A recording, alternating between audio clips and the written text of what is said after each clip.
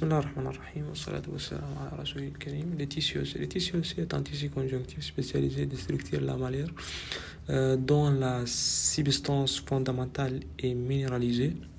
La constituant de tissu osseux comprend une matrice extracellulaire constituée d'une fraction organique et d'une fraction minérale, ainsi que les cellules osseuses.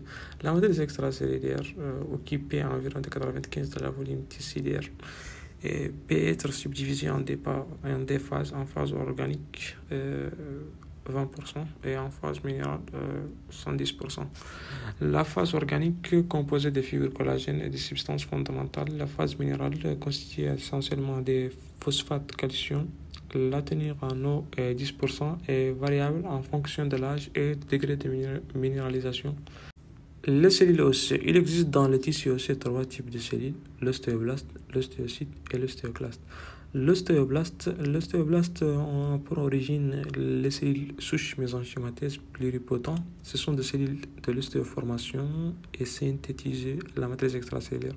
L'ostéocyte, ce sont des ostéoblastes différenciés, incapables de se diviser, entièrement entourés par la matrice extracellulaire.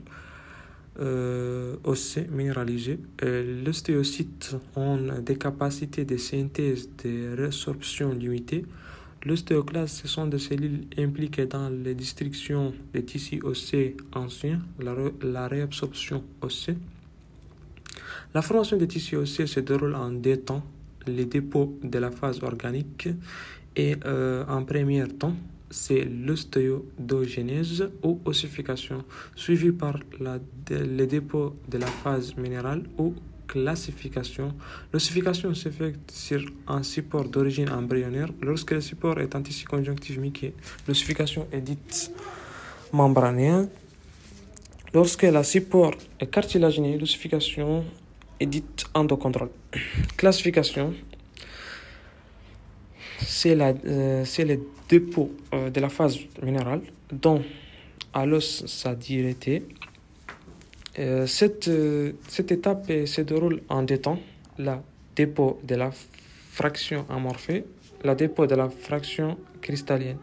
Les structures histologiques des tissus osseux, l'os compact et l'os spongieux. L'os compact référent dans l'os cortical de l'os long, os plat, os court, table de l'os du crâne. Le tissu osseux compact représente 95% du volume total du tissu. L'os spongieux est caractérisé par un volume beaucoup plus important des espaces conjonctifs, 110 à 80%, d'où sa plus faible résistance mécanique.